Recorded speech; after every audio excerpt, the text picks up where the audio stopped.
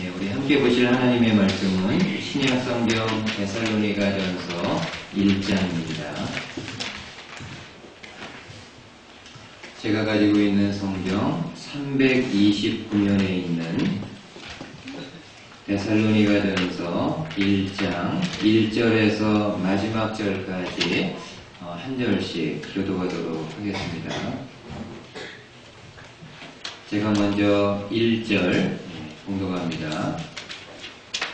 바울과 실로아노와 디모데는 하나님 아버지와 주 예수 그리스도 안에 있는 데살로니가인의 교회에 편지하노니 은혜와 평강이 너희에게 있을지어다. 우리가 너희 복으로 말미암아 항상 하나님께 감사하며 기도할 때에 너희를 기억함은 너희의 믿음의 역사와 사랑의 수고와 우리 주 예수 그리스도에 대한 소망의 인내를 우리 하나님 아버지 앞에서 끊임없이 기억함이니 하나님의 사랑하심을 받은 형제들아 너희를 택하심을 아노라. 이는 우리 복음이 너희에게 말로만 이른 것이 아니라 또한 능력과 성령과 큰 확신으로 된 것임이라. 우리가 너희 가운데서 너희를 위하여 어떤 사람이 된 것은 너희가 아는 바와 같으니라. 또 너희는 많은 환난 가운데서 성령의 기쁨으로 말씀을 받아 우리와 주를 본받은 자가 되었으니 그러므로 너희가 마게도냐와 아가야에 있는 모든 믿는 자의 본이 되었느니라. 주의 말씀이 너희에게로부터 마게도냐와 아가야에만 이를 뿐 아니라 하나님을 향하는 너희 믿음의 소문이 각처에 퍼졌으므로 우리는 아무 말도 할 것이 없노라. 함께 읽습니다. 그들이 우리에 대하여 스스로 말하기를 우리가 어떻게 너희 가운데에 들어갔는지와 너희가 어떻게 우상을 버리고 하나님께로 돌아와서 살아계시고 참되신 하나님을 섬기는지와 또 죽은 자들 가운데서 다시 살리신 그의 아들이 하늘로부터 강림하실 것을 너희가 어떻게 기다리는지를 말하니 이는 장래의 노하심에서 우리를 건지시는 예수님이라. 아멘. 우리가 지난주부터 데살로니가전서 말씀 나누고 있는데 오늘도 1장에 나와 있는 말씀 다 보지는 못하고요. 중간까지 좀 함께 보도록 하겠습니다. 죽은 사람의 묘에는 묘비가 있는데 어떤 사람의 묘비에는 어떤 내용들이 기록이 되어 있습니다. 묘비에 기록된 내용은 고인에 대해서 사람들이 어떻게 기억하고 있는지를 잘 보여준다라고 말할 수 있습니다. 중세시대 수학자이며 물리학자였던 코페르니쿠스는 지동설을 주장하다가 종교 재판에 회부되어서 죽음을 맞이하게 되었는데 그의 묘비에는 이런 기도문이 있었다고 합니다. 한번 잠시 들어보십시오. 주님, 저는 바울에게 주신 큰 은혜를 바라지 않습니다. 베드로에게 주셨던 능력도 바라지 않습니다. 다만 주님 십자가 옆에 매달렸던 강도에게 주셨던 용서를 바랄 뿐입니다. 여러분, 코페르니쿠스는 사람들이 자신을 기억할 때 지동설을 주장했던 사람으로 기억하기보다는 하나님의 은혜를 사모하며 살았던 사람으로 기억되기를 원하는 마음이 있었던 것 같습니다. 그리고 1960년 로마 올림픽에서 많은 사람들에게 감동을 주었던 미국의 여자 육상 선수가 있었는데 그녀의 이름은 윌마 루돌프입니다. 윌마 루돌프는 태어났을 때 폐렴과 소아마비로 두 다리가 휘어서 의사로부터 걸을 수 없다라는 판정을 받게 됩니다. 근데 그럼에도 그녀는 나는 이 세상에서 가장 빠른 여자가 되고 싶다라는 말을 하게 됩니다. 그 이야기를 들었던 사람들은 전혀 터무니없는 그런 이야기로 들었을 것입니다. 그런데 이 루돌프가 9살이 되었을 때 다리에 차고 다니던 교정기를 떼고 본인 스스로 걷기를 시작합니다. 그리고 13살에는 학교에 있는 육상 경기에 참여해서 처음으로 완주를 하고 15살이 되었을 때에는 육상 코치에게도 동일한 이야기를 합니다. 나는 이 세상에서 가장 빠른 선수가 되고 싶다. 근데 여러분 말만 한다고 다 되는 건 아니죠. 윌마 루돌프가 그렇게 이야기하고 그렇게 다짐하고 정말 혼신의 노력, 뼈를 깎는 노력으로 1960년 로마 올림픽에서 100m, 200m, 400m 계주에서 금메달을 따게 됩니다. 그녀의 말대로 윌마 루돌프는 세계에서 가장 빠른 선수가 되었습니다. 그녀의 묘비에 이런 문구가 하나 적혀 있다고 합니다. 내용은 원한다면 무엇이든지 될 수 있다. 원한다면 무엇이든지 될 수 있다. 여러분, 윌마 루돌프는 세계 사람들이 자신을 기억할 때 장애를 딛고 꿈을 이룬 사람으로 기억해 주기를 원하면서 다른 사람들 또한 꿈이 있다면 그 원하는 것을 이룰 수 있다는 메시지까지도 남기게 됩니다. 그러면 저와 여러분들은 어떻습니까? 나는 다른 사람들에게 어떻게 기억되기를 원하는지. 달리 말하면은 다른 사람은 나를 어떻게 기억하고 있는지. 함께 살고 있는 가족들, 나를 어떻게 기억하고 있는지. 내 친구들, 나를 어떤 사람으로 기억하고 있는지. 함께 신앙생활하는 교회 성도들은 과연 내 신앙생활하는 모습을 보고 나를 어떤 사람으로 기억하고 있을까? 여러분, 오늘 본문에서 바울은 데살로니가 성도들을 이렇게 기억하고 있다면서 말씀을 시작하고 있는데, 바울이 기억하는 데살로니가 성도들의 모습은 무엇인지를 함께 말씀을 통해서 좀 보도록 하겠습니다. 먼저 2절과 3절 말씀 한번 보십시오. 우리가 너희 모두로 말미암아 항상 하나님께 감사하며 기도할 때 너희를 기억함은 너희의 믿음의 역사와 사랑의 수고와 우리 주 예수 그리스도에 대한 소망의 인내를 우리 하나님 아버지 앞에서 끊임없이 기억하고 있다. 여러분, 바울이 기억하는 데살로니가 성도들의 모습은 무엇입니까? 믿음의 역사가 있고 사랑의 수고가 있고 소망의 인내가 있는 모습입니다. 여러분, 바울은 고린도전서 15장에서 성도의 가장 큰 특징을 이야기할 때 모름지기 성도는 믿음, 소망, 사랑 이 세 가지가 있는 것을 말씀했는데, 지금 데살로니가 성도들에게는 이 세 가지가 다 그들 가운데 있다라고 말씀을 합니다. 근데 바울은 한 걸음 더 나아가서 데살로니가 성도들이 가지고 있는 믿음, 소망, 사랑이 어떤 것인가를 좀 더 설명을 해주고 있는데요. 데살로니가 성도들의 믿음은 어떤 것인가요? 그들에게는 믿음의 역사가 있다라고 설명을 합니다. 여러분, 여기 역사라는 헬라어 단어의 원뜻은 행위, 행동을 이야기합니다.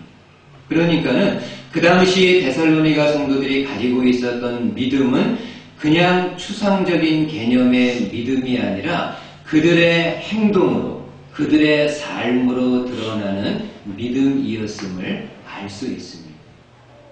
여러분, 야고보 사도가 야고보서에서 그런 선언하지 않습니까? 나는 내 믿음을 행함으로 보여주겠다. 다른 세상의 사람들이 너에게 있는 믿음이 무엇이냐라고 요구할 때 나는 내 안에 있는 이 믿음을 말이나 생각으로 전하는 것이 아니라, 비록 말하지 않는다 할지라도, 생각을 드러내지 않는다 할지라도 내 살아가는 삶의 행동으로 내 믿음이 무엇인가를 세상 사람들에게 보여주겠다라고 이야기합니다. 근데 데살로니가 성도들에게는 바로 그 믿음이 있는 겁니다. 우리나라에서 세월호 사건이 난 지 많은 시간이 흘렀습니다. 그럼에도 제가 이렇게 보기에는 또 듣기에는 사건 진상조차도 이루어지지 못했고 또 앞으로 사건에 대한 진실이 정확하게 드러날지는 여전히 미지수인 그런 모습입니다. 다른 사람들도 안타까워하지만 그 유가족들은 얼마나 가슴 아파하고 힘들어 하겠습니까? 그리고 아직까지도 그 시신까지도 건지지 못한 몇 명의 가정들이 있습니다. 그 부모님들은 또 부모님과 관계된 사람들은 얼마나 힘든 시간들을 보내고 있겠습니까?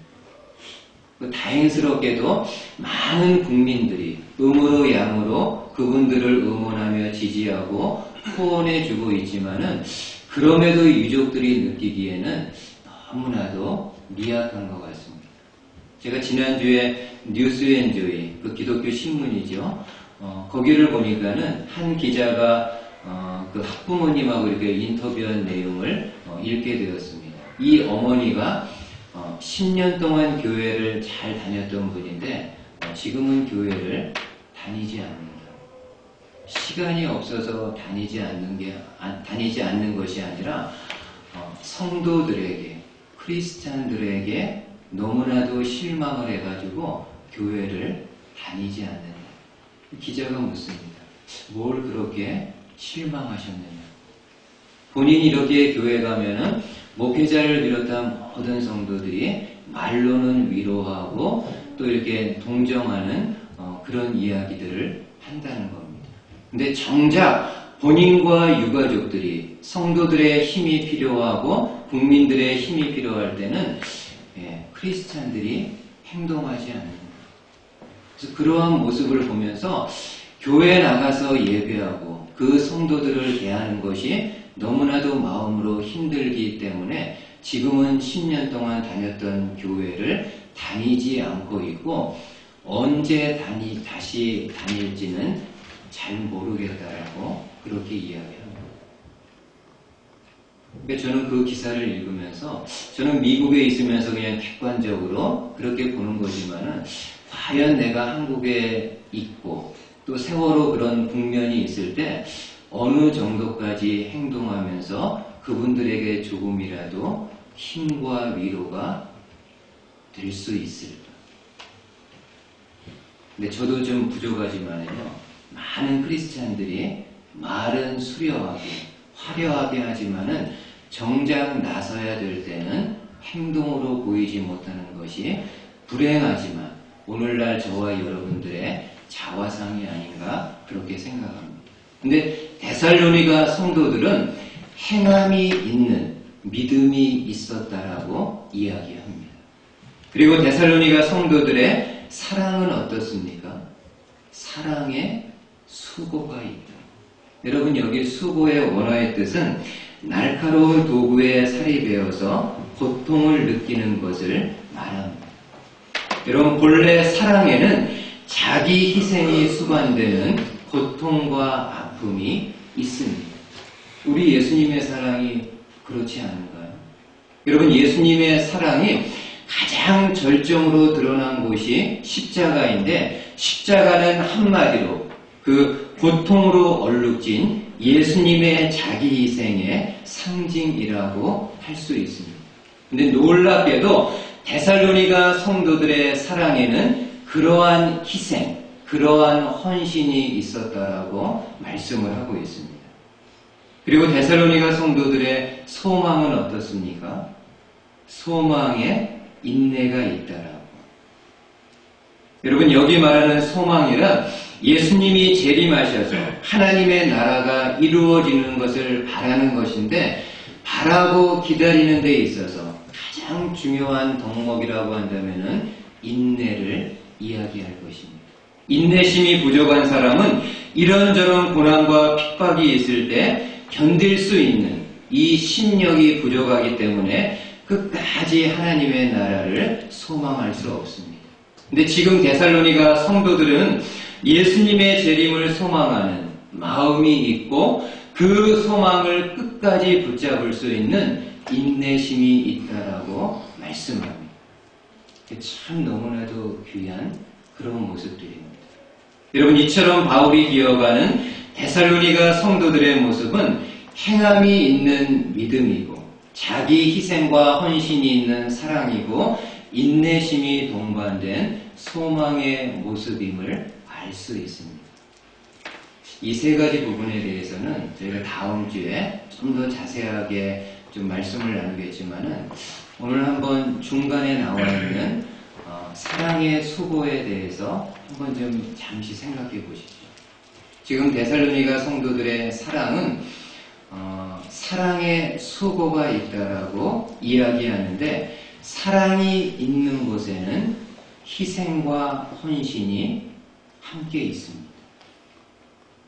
만약에 내가 입으로는 사랑한다고 하는데 그 사랑에 요구되는 희생과 헌신이 없을 때는 내가 가지고 있는 사랑이요 진정한 사랑이고 참 사랑인지를 생각해 볼 수 있습니다.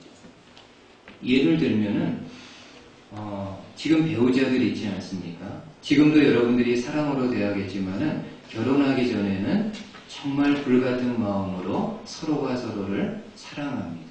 그래서 연애할 때는 내가 원하지 않는 장소, 내가 원하지 않는 음식, 내가 원하지 않는 것이라 할지라도 상대방이 원하면은요, 기꺼이 그렇게 맞춰줍니다. 그렇죠? 그것도 어떻게 보면은 나의 작은 희생이고 헌신이라고 할 수 있습니다. 왜냐하면은 그 상대를 사랑하기 때문입니다. 여러분, 결혼한 이후에 자녀들을 키울 때도 그렇지 않습니까? 특별히 우리 어머님들 아이를 낳아가지고 1살이나 2살 전까지는 정말 하나에서부터 10까지 모든 손이 다 필요합니다. 이게 얼마나 고단한 일입니까? 밤에 제대로 잠도 못 자지요. 그 다음에 졸졸이 아니라 이렇게 따라다니면서 다 이렇게 케어해줘야죠. 이게 얼마나 힘든 일입니다. 근데 그럼에도 그것을 다 합니다. 왜냐하면은 그 아이를 사랑하기 때문입니다. 이 아이가 자라서 학교에 들어가고 또 힘든 사춘기를 보낼 때도 어마어마한 힘든 일이 그 가정 안에, 그 학교 안에서 많이 있지만은 그럼에도 부모님은 그 아이의 모든 투정과 힘든 거 다 받습니다. 왜냐하면은 그 자녀를 사랑하기 때문입니다. 이처럼 사랑에는 자기 희생과 헌신이 들어 있습니다. 그러면 성도 여러분, 우리 주님을 향한 마음은 어떻습니까? 저와 여러분들이 입술로는 주님 사랑합니다. 주님 경외합니다. 주님 사랑합니다. 이렇게 이야기하고 있는데 그 주님을 사랑하고 섬기는 데 있어서 얼마만큼의 희생과 헌신이 있는지.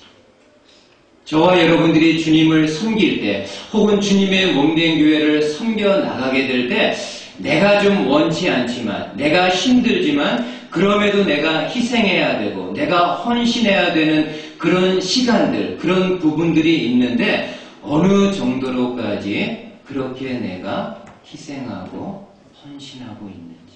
입술로는 내가 주님을 사랑한다고 수만 번 그 이상으로 이야기하고 있는데 실제 내 생활 속에서 주님을 위해서 손해보고 희생하고 그런 부분이 없다고 한다면은 죄송하지만요, 정말 내가 주님을 사랑하고 있는지를 다시금 생각해 볼 필요가 있습니다.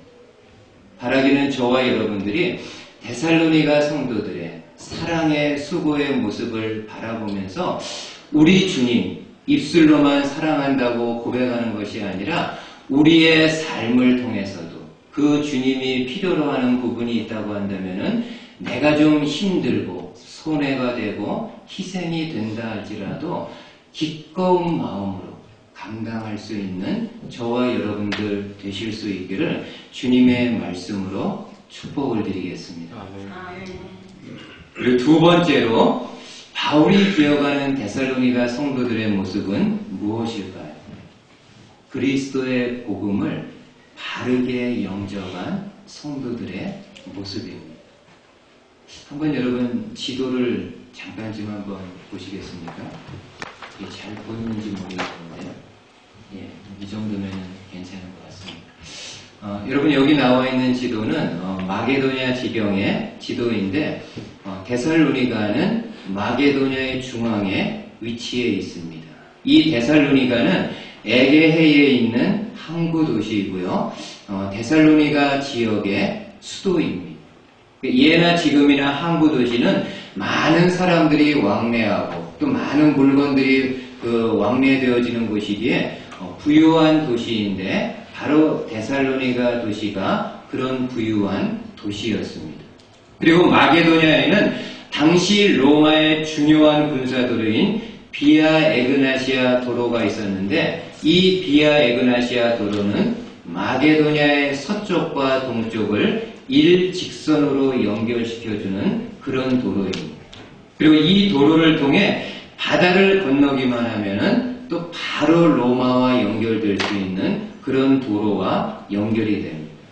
그러니까 데살로니가는 바로 그 비아 에그나시아 도로 중간에 위치하고 있는 동과 서를 이렇게 연결해주는 중간적인 역할을 가진 중요한 도시라는 것을 알 수 있습니다.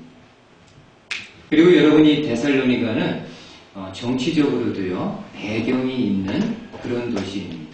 주전 42년에 로마의 패권을 놓고 안토니우스와 옥타비아누스가 줄리어스 시저를 암살한 브루투스와 한판 싸움을 벌이게 되는데 이 안토니우스와 그 옥타비아누스가 악티움 해전에서 브루투스를 이렇게 브루투스와 싸우게 될 때 데살로니가 시민들은요 바로 이 안토니우스와 옥타비아누스를 지지하게 됩니다. 이 두 명의 사람이 브루투스를 물리친 다음에 다시금 로마의 패권을 잡게 되었을 때 본인들을 지지해 주었던 데살로니가 시민들에게 많은 특권과 자치권을 허락을 해주게 됩니다. 그리고 경제적으로도요 많은 혜택을 주게 됩니다. 이처럼 당시 데살로니가는 정치적으로는 친로마적인 성향을 가진 도시였고 경제적으로는 대단히 부유한 그러한 도시였습니다. 여러분 이렇게 부유한 도시에는 철학자들이 많이 와서 지혜와 지식을 나누어 주었다고 하는데 그들이 와서 가르쳤던 지혜와 지식은 성공하는 삶, 또 행복한 삶이라는 주제를 가지고 많은 사람들에게 이야기를 했다고 합니다. 이러한 철학자들은 화려한 연변을 가지고 사람들의 지적인 욕구를 충족시켜 주었는데 그러다 보니까 데살로니가 사람들의 듣는 이 수준이 상당히 높게 됩니다. 근데 여러분 고린도 도시도요 마찬가지입니다. 지도에 보시면은 그 아가야 그 지방에 고린도가 있는데 이 고린도 도시 또한 유명한 항구 도시로 대단히 부유한 그런 도시입니다. 그래서 많은 철학자들이 와가지고 화려한 언변을 가지고 사람들의 귀를 즐겁게 하고 또 사람들의 필요한 지적인 욕구를 채워주게 되는데 그래서 고린도 사람들의 듣는 수준도 굉장히 높은 수준을 가지고 있습니다. 여러분 그냥 웬만한 철학자들이 오는 것이 아니고요. 철학자들 중에서도 정말 말을 잘하는 철학자들이 아니고서는 고린도에 와서 명함을 내미지 못하는 그런 정도입니다. 그러니까 사람들의 귀가 어느 정도로 발달되어 있을지 알 수가 있습니다. 여러분 이런 도시에 바울이 와서 복음을 전할 때 어땠을까요? 아마 굉장히 힘들었을 겁니다. 여러분 물론 바울도 헬라 철학과 수사학을 공부해서 본인의 주장을 논리적으로 설명해서 사람들을 설득할 수 있는 기술이 있었겠지만은 말 잘하는 철학자들과는 결코 비교할 수 없습니다. 그런데 바울은 그 당시 이러한 도시에서 어떻게 복음을 전하게 되었을까? 여러분, 실제로 고린도 후서에 보면은 바울을 대적하는 사람들이 바울에 대해서 이런 그 이야기를 하게 됩니다. 한번 좀 들어보십시오. 고린도 후서 10장입니다.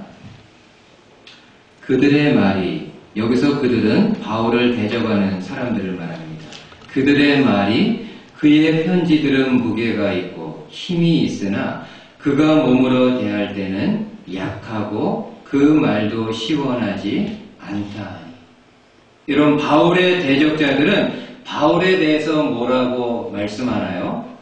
바울이 쓴 편지는 무게가 있다라고 이야기합니다.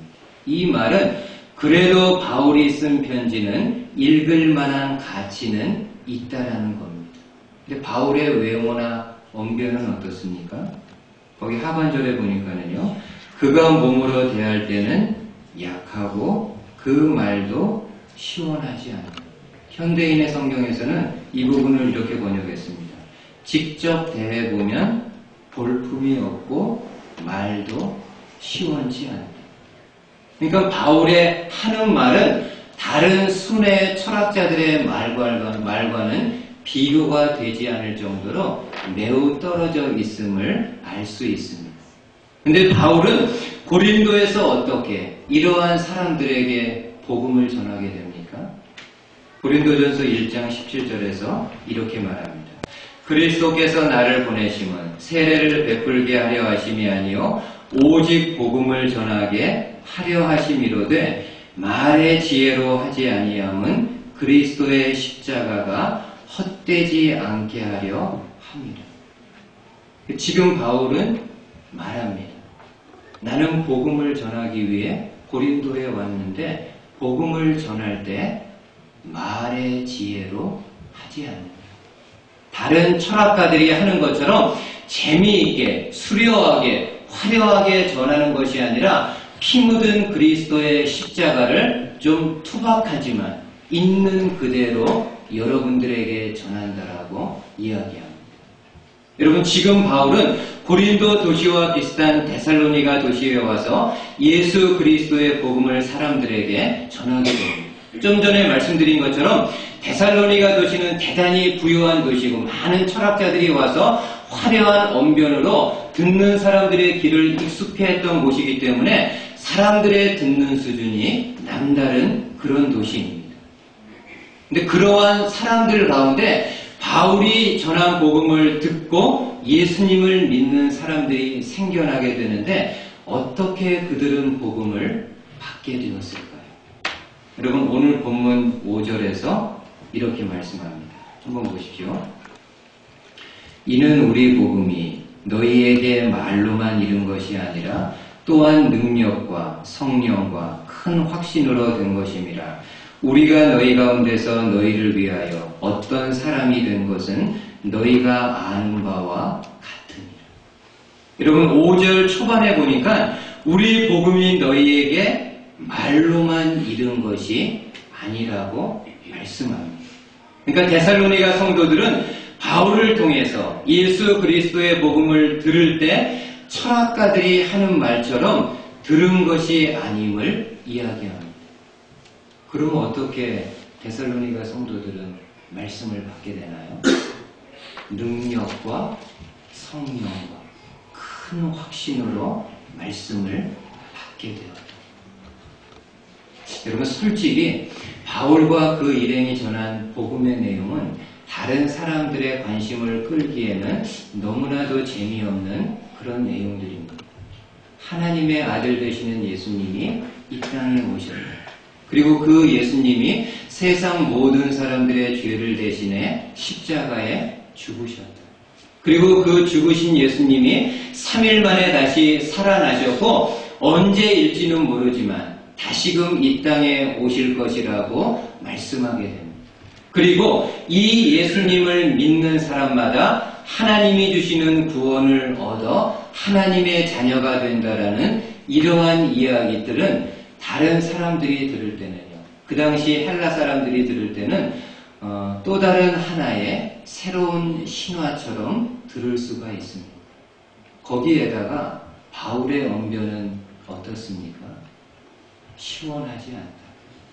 다른 철학가들처럼 화려하게 대단히 논리적으로 설명하는 것이 아니기 때문에 듣는 사람의 마음을 움직일 만한 그런 내용과 언변이 아니었음을 이야기합니다. 그럼에도 이 복음을 받아들인 사람들이 있는데 그들은 예수 그리스도의 복음을 능력과 성령과 큰 확신으로 받게 되었다라고 말씀합니다. 오늘날 저와 여러분들은 어떻게 하나님의 말씀을 좀 받고 계신가요? 어떤 사람은 그냥 무덤덤한 마음으로 말씀을 듣는 사람이 있습니다. 또 어떤 사람은 머리로는 이렇게 공감하지만 마음으로까지는 공감하지 못하는 성도가 있을 수 있습니다. 또 어떤 사람은 복음의 말씀을 들었을 때 혹은 죄에 대한 말씀을 들었을 때 이 마음으로 찔림을 받아서 하나님 앞에 회개하며 한 걸음 한 걸음 하나님 앞에 나가는 그런 사람도 있을 수 있습니다. 오늘 저와 여러분들은 어떻게 하나님의 말씀을 받고 있으신지. 여러분 19세기에요. 미국에서는 대각성 운동이 일어났는데 그 당시 사람들의 가장 큰 특징 중에 하나는 하나님의 말씀을 들을 때 두렵고 떨리는 마음으로 하나님의 말씀을 받게 됩니다. 19세기 대각성 운동 때 가장 대표적인 신학자이자 목회자였던 조나단 에드워즈가 있습니다. 수많은 설교가 있는데 그의 설교 가운데서 진노하시는 하나님의 손안에 있는 죄인이라는 너무나도 유명한 설교가 있습니다. 그 당시 조나단 에드워즈가 그 설교를 할 때 듣는 회중들, 듣는 청중들은 죄에 대해서 그리고 죄를 심판하시는 하나님에 대해서 너무나도 두렵고 떨리는 마음을 가졌던지 그 교회에 있는 기둥들을 붙잡고 하나님 앞에서 벌벌 떨었다라는 그런 기록이 있습니다. 그러니까 그만큼 그 당시 사람들은 하나님의 말씀을 두렵고 떨리는 마음으로 받다 보니까는 그들의 마음과 삶 가운데 능력이 나타나게 됩니다. 여러분, 하나님의 말씀은요, 불입니다. 그렇죠? 성경에서 말씀하기를 하나님의 말씀은 불같은 능력이 있다라고 이야기합니다. 그런데 받는 저와 여러분들의 마음이요, 냉랭하면은, 물 같으면은요, 하나님의 말씀이 불이라 할지라도 내 안에 들어와서는 그냥 식어버립니다. 아무 능력도 나타나지 않습니다. 하나님의 말씀이 능력이 없어서 내 삶을 변화시키지 못하는 것이 아니라 그 말씀을 받는 저와 여러분들이 너무 냉랭하게 혹은 냉소적으로 그 말씀을 대하다 보면은 결코 이 말씀이 내 안에서 불로 역사할 수 없습니다. 여러분, 그 당시 조나단 에드워드가 설교할 때 대단히 화려한 언변이라든지 사람들과 아이 컨택하면서 이렇게 설교한 것이 아니라 본인이 장문의 설교문을 작성하면은 회중들하고는 아이 컨택조차도 하지 않고 그냥 설교 원문을 읽어 내려갑니다. 솔직히 오늘날 이런 식으로 설교하면은 듣는 사람들이요, 안 듣습니다. 근데 이 당시에는 조나단 에드워드가 장문의 설교문을 그냥 원고를 통째로 이렇게 읽어 나가는데도 듣는 회중들은 그 설교를 듣고 하나님의 말씀을 듣고 마음이 뜨거워져서 하나님과 성도들 앞에서 서로들의 죄를 회개하고 고백하며 나아가는 그런 역사들이 있었다고 합니다. 오늘 저와 여러분들은 어떤 마음으로 매 시간 말씀을 받고 있습니다. 여러분, 부족하지만 제가 말씀을 전할 때 늘 그런 마음으로 기도하며 준비합니다. 나 같은 사람에게 하나님 말씀 주셔서 전하는 거 어떻게 보면 참 가당치도 않는 일이지만은 그럼에도 나의 입술을 통해서 하나님의 말씀이 나갈 때 듣는 성도들은 사람의 말로 듣지 않고 하나님의 말씀으로 받아서 불같은 하나님의 말씀이 불같은 성도의 마음과 하나 되어서 정말 그 삶을 불태우고 일으킬 수 있는 말씀이 되게 해달라고 기도하며 말씀 준비를 합니다. 여러분들은 하나님의 말씀을 어떻게 받고 있으신가요? 바라기는 저와 여러분들이 그냥 냉랭한 가운데 냉소적으로 말씀 전하고 받는 것이 아니라 뜨거운 마음, 두렵고 떨리는 마음으로 그 하나님의 말씀 함께 받을 수 있는 저와 여러분들 되실 수 있기를 주님의 말씀으로 축복을 드립니다. 아멘. 네, 기도하겠습니다. 하나님 아버지 감사합니다. 오늘도 기록된 말씀 저희들에게 주셨습니다. 이 말씀 기억하게 하시고 이 말씀에 따라 살아갈 수 있는 믿음의 성도님들 될 수 있도록 축복해 주시옵소서. 감사를 드리며 예수님의 이름으로 기도하였습니다. 아멘.